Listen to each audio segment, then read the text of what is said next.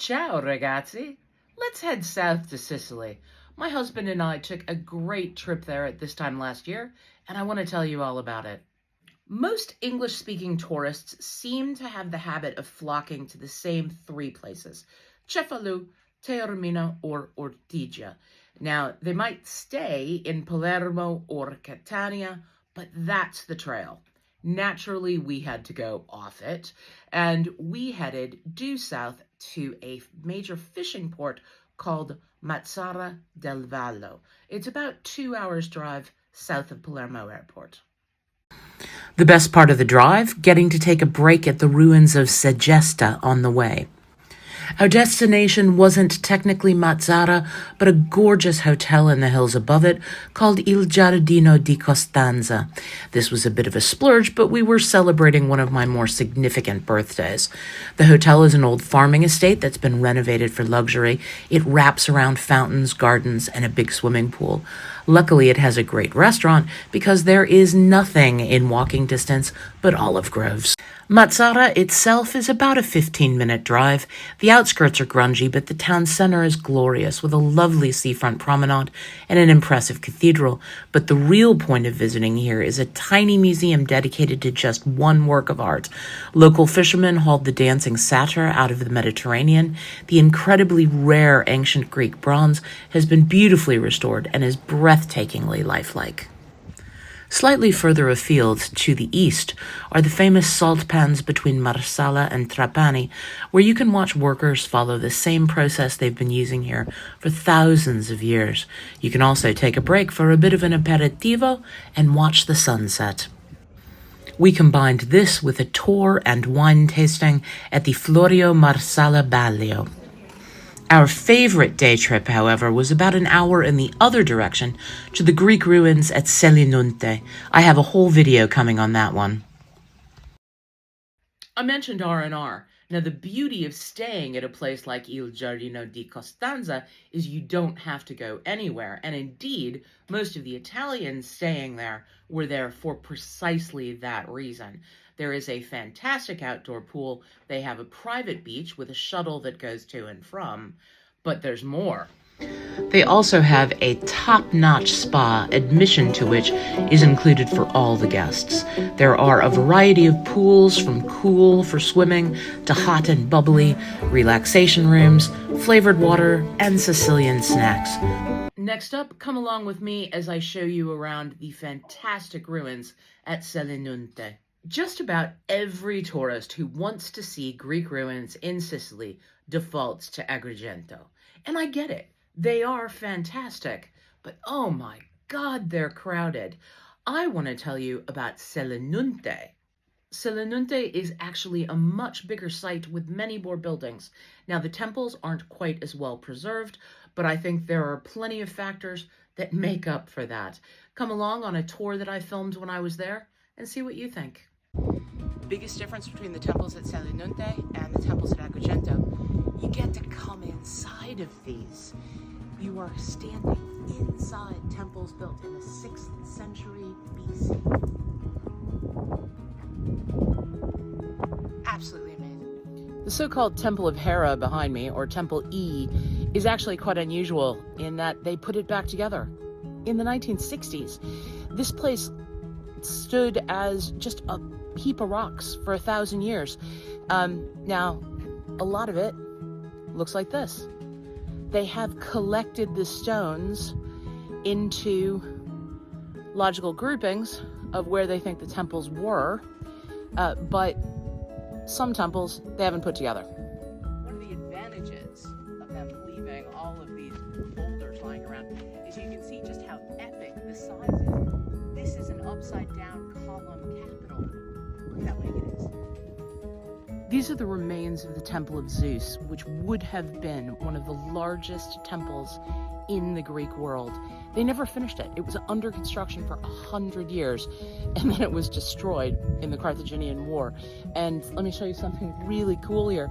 We can tell it was under construction because these are the grooves that were carved into the stonework to let joists and pulleys come in to work the stones, and they would have chipped these off. The fact that they're still here shows us that the building wasn't finished yet.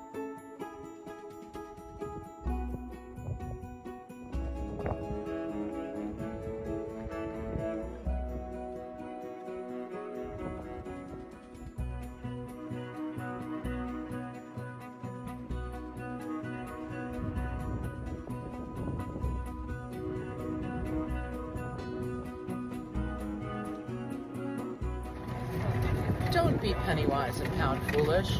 Spend the extra money on the minibus, actually the giant golf cart that takes you around the site.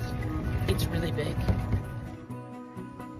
Here's another difference between Agrigento and the temples at Selinunte. There's hardly anybody here.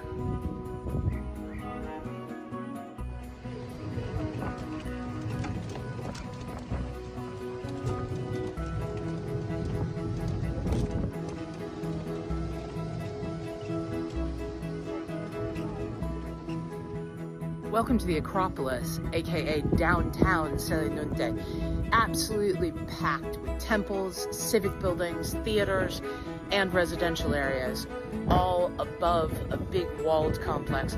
But to give you a sense of just how big this site is, the temples where we started over there are about half a mile away, and there are other temples going down that way, again about half a mile away.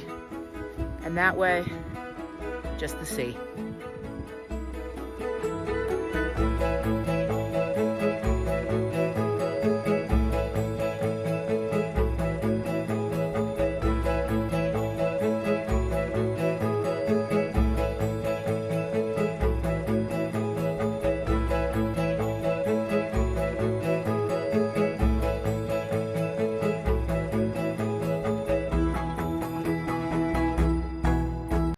We're heading to the Val di Noto for the second part of our Sicilian holiday, but I wanted to take a detour on the way inland to hit two things that have been on my bucket list. First, a magnificent Roman site, and secondly, the center of Sicilian pottery.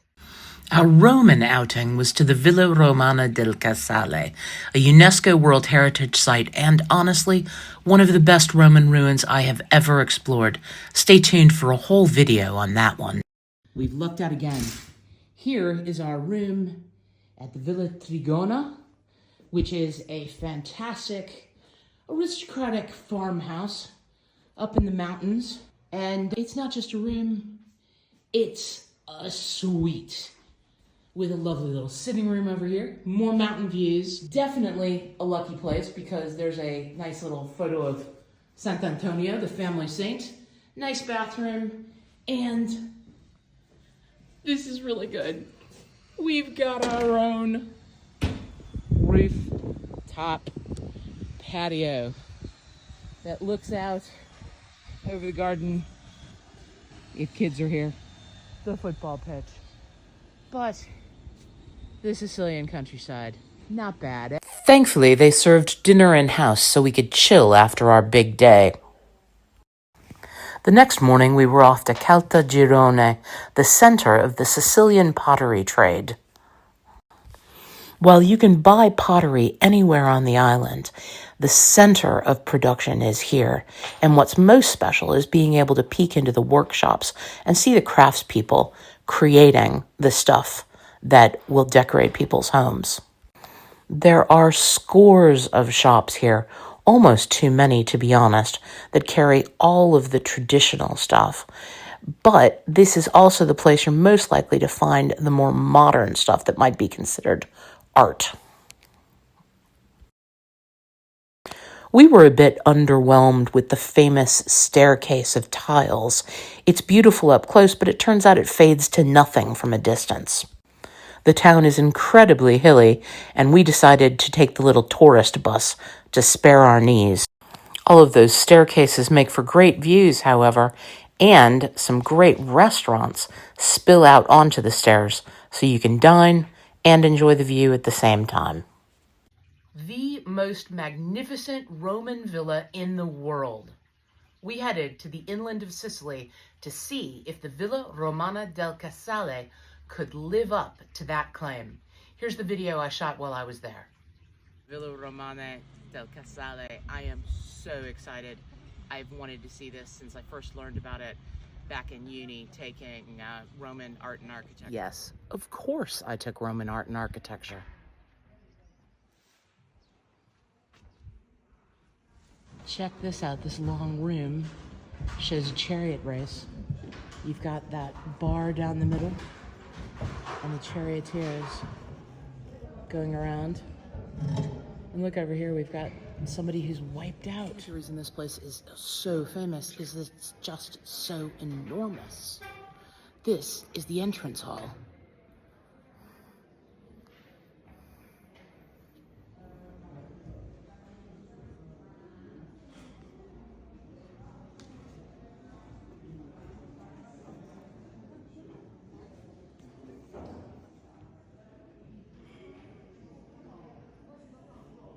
So when most people think ruined villas, they think about Pompeii. This place is 300 years later, toward the end of the Roman Empire, and incredibly sophisticated in both its mosaics and what's left of its wall paintings. The real glory of this place is its incredibly detailed depictions of people and animals in its mosaics. This is one of the reception rooms just off the courtyard. The most famous bit by far is this enormous hallway with the hunt of animals being collected for the arenas in Rome.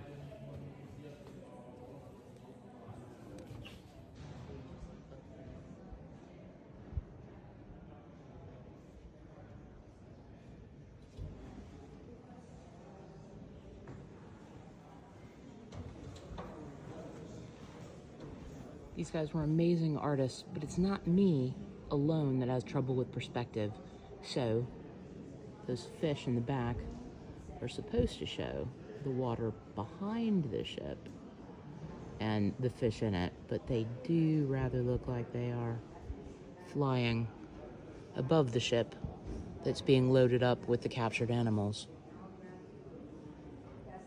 And here the hallway is from the other side.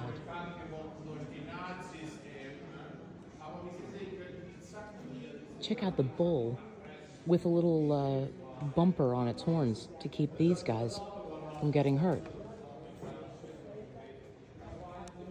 It's a shame this one is fragmentariat, but this would have been Orpheus sitting in the middle, playing, calming the animals with 50 different types of animals gathered around him, including a very dodgy looking hippopotamus and crocodile.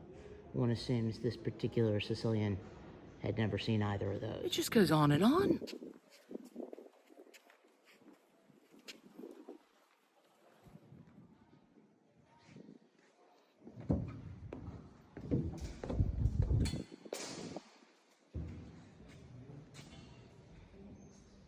And here's a lovely bit of humor. Remember that huge chariot scene when we came in? Well, here's another one in one of the small private rooms. But these are making fun of the 4 famous Roman chariot teams by showing them as children who are running chariots lashed to birds. And now we're going fishing.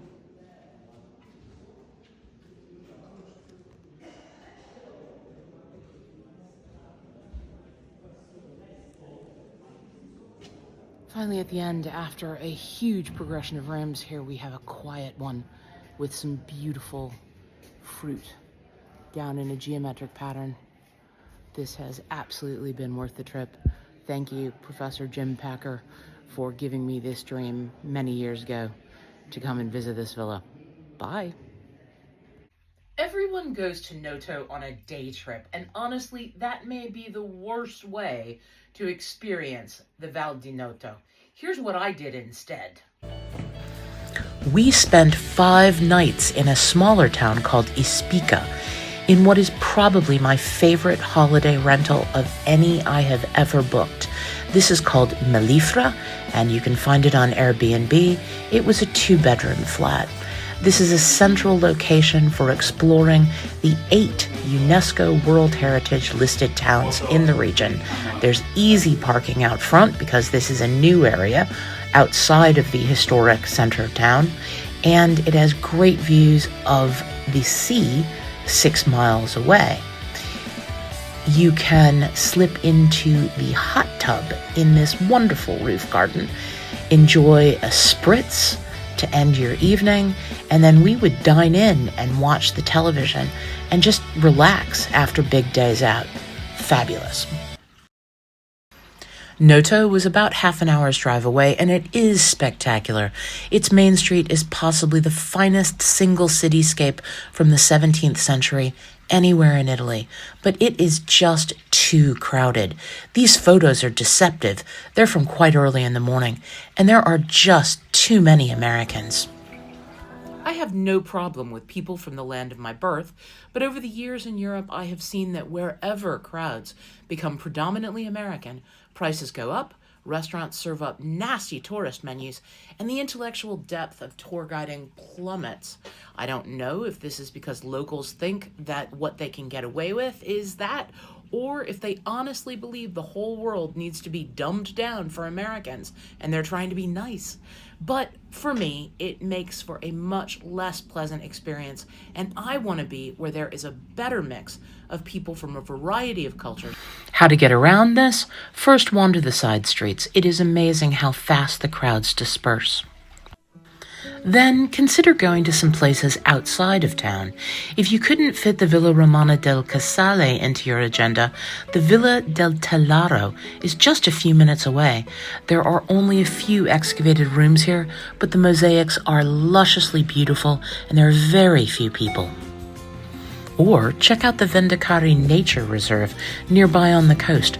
There are beaches, walking trails through salt marshes, and the ruins of an old tuna processing factory. It's a lot prettier than it sounds, but it's best known as a stopover point for migrating birds. In mid-September, we were lucky to catch the start of the annual flamingo migration.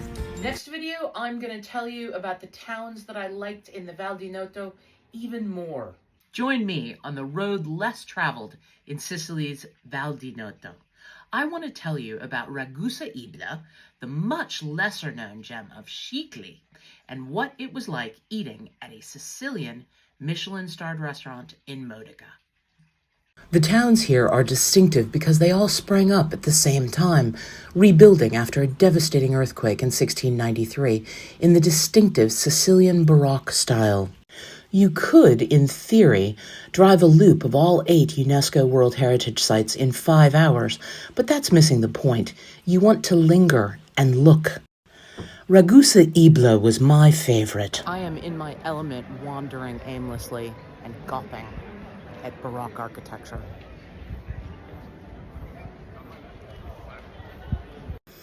The balconies, the narrow lanes, the decorative stonework. Heaven. There are plenty of tourists here, but a good mix of nationalities, and plenty of Italians who come here to see one of the places where Inspector Montalbano was filmed. Plus, locals just getting on with their lives.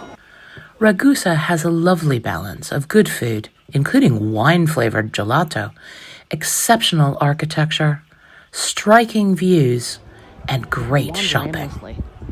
Through all sorts of factories. There's even a traditional Sicilian cart manufacturer. These are the guys that Dolce & Gabbana outsource their design to. My other favorite was Sicily, tucked in the bottom of a valley, full of more outrageous architecture and almost empty of tourists. I had another fabulous meal here while sketching the building next door. We were less charmed by Modica, probably because of the way the main road cuts right through the center. It makes it feel more urban than the other towns, and we were underwhelmed by their supposedly famous chocolate. But there's more architecture here, and our objective was a big night out. We splurged on the chef's menu at Accursio, one of 2 Michelin-star restaurants in town. The chef elevated Sicilian classics to extraordinary levels. Our minds and our taste buds were blown. And that's it for the east of Sicily. Next time we're going cross island to Palermo. Go ahead and avoid Palermo if you're looking for a quiet, tidy, placid place. Sicily's capital is all about color and passion, and honestly, it can take some effort to love it. Let me show you how we manage. Street life can be a bit raucous, and parties can pop up anywhere, anytime. So it's important to us to find a quiet neighborhood, but still with easy access to the bustling center. We like the area around the Opera House, particularly the little streets that stretch from the piazza in front of it towards the Via Roma. They are jammed with restaurants and little shops, but seem quieter and more sophisticated than other parts of town. On the middle one, the Via Barra all'Olivella, you'll find l'Olivella B&B. It's family-run, just 4 rooms to let, with a dedicated guest wing in a sprawling old aristocratic apartment, and we loved it. Our room, Lingotto, even had a tiny balcony. Quiet as it was, we were only a 10-minute stroll from the emotional heart of Palermo. It's crazy. It's frenetic. It's a bit down at heel, but it's also absolutely magnificent, and you can crash a wedding. This is the Quattro Canti, and everything happens here. The main reason we stay near the Teatro Massimo Opera House, however, is that we love opera. Palermo claims theirs is the largest opera house in Europe, and it is certainly impressive. Best of all, you can see grand opera here for a fraction of the price you would pay for equivalent seats at London's Royal Opera House. Also in the neighborhood is the Archaeological Museum, which few tourists seem to get to. If you don't have time to get to the Greek ruins at Agrigento, Selinunte, or Segesta, there are a lot of beautiful things from those excavations here. The palatial building was home to a religious order until the 19th century, and it's worth a wander just for the grand internal courtyards. Check their website for news of concerts in those courtyards, or just come for the ringing of the hours.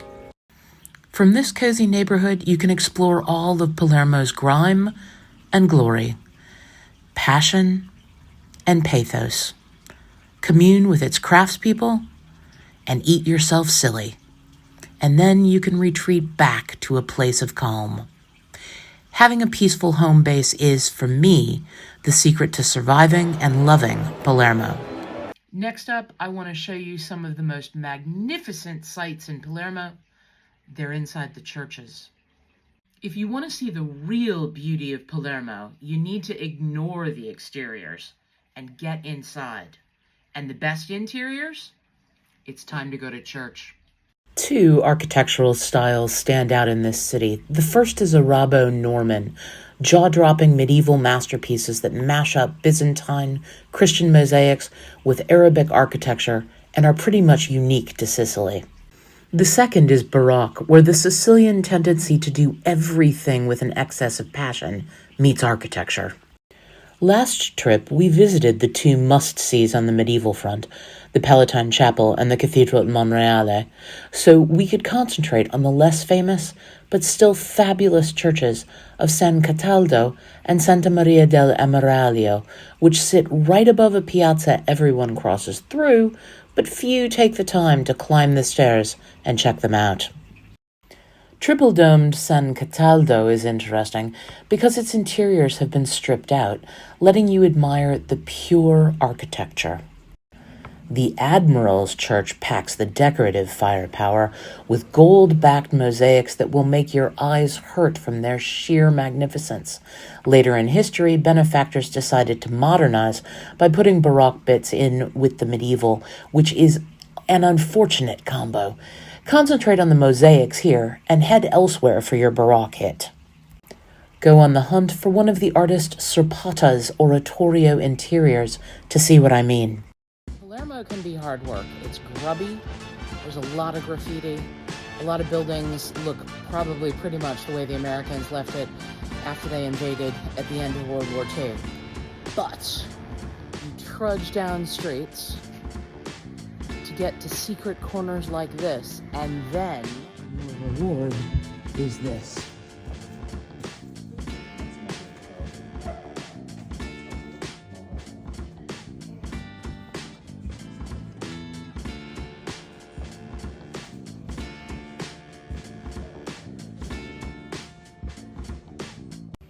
Stick your head into any random church in Palermo, and it's likely to be Baroque and magnificent.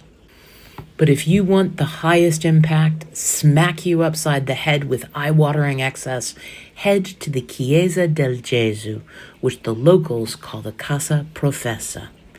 Now, I have seen and admired a lot of Baroque churches in my time, and the Jesuits, who have some serious form in this area, have floored me with examples across Europe. But I have never seen anything this outrageous. This place makes St. Peter's look like streamlined Scandi design. I couldn't live in an interior like this. It's just too much. But I also found myself breaking into random giggles from the sheer joyousness of it all. Honestly, the religions of the world could use more of that. If you can only see one church in Palermo, it needs to be the Palatine Chapel. But if it's two, you have to come to the Casa Professa. I've got one last Sicilian video for you, and this one is all about food. Best experience in Palermo, hands down, cooking with a duchess. The venue is the 18th century Palazzo Lanzi Tomasi in the Calza district, one of a line of magnificent seafront palaces with extraordinary views. Our hostess for the day was the Duchess of Parma, Nicoletta Lanzi Tomasi. Nicoletta started life as a doctor's daughter from Venice. She married into the Sicilian aristocracy and moved south, giving her a bit of an outsider's perspective that's one of the things that makes the day so fascinating. After meeting up at the palace, your group heads over to Capo Market.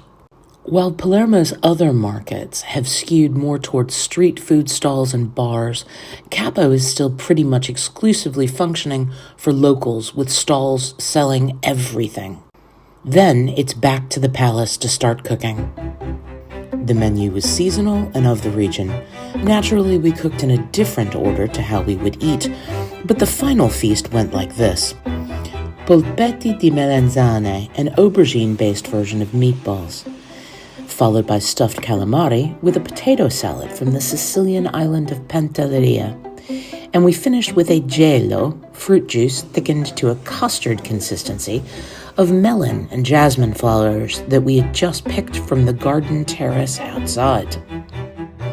Nicoletta divided students up to take on a variety of tasks, guided us through everything, and entertained us along the way with stories of the origin of the food and specific instruction about how to do things better. Turns out I've been overstuffing my calamari for years. All the students got along well, and there were a few toasts along the way. Most cooking classes end with the students sitting down to enjoy what they've cooked together. This, however, is the first time I've done it where uniformed staff serves up the food in a palace dining room with views of the sea. The resulting late lunch with Sicilian wine was as good as anything we had at any restaurant, and certainly the environment was far better. This had already all combined to deliver a remarkable experience, but it wasn't over yet. There was the ultimate blockbuster to come. Nicoletta's late husband was the adoptive heir of the childless Giuseppe Tomasi di Lampedusa, author of The Leopard. This is the seminal book about Sicily and one of the greatest novels to come out of Italy. The recent Netflix adaptation was pretty good. The book is better. And after lunch, Nicoletta shows you where that book was written. You even get to see the original handwritten manuscripts and the library where the author wrote. There are plenty of other treasures to explore in the grand rooms of the palace before you finally say your goodbye down a magnificent staircase. What a day. E ora, amici miei, abbiamo finito. I hope you enjoyed joining me as I went down my Sicilian memory lane. Please let me know. Leave some comments. Who knows what I can dig out of my archives for my next series. Arrivederci.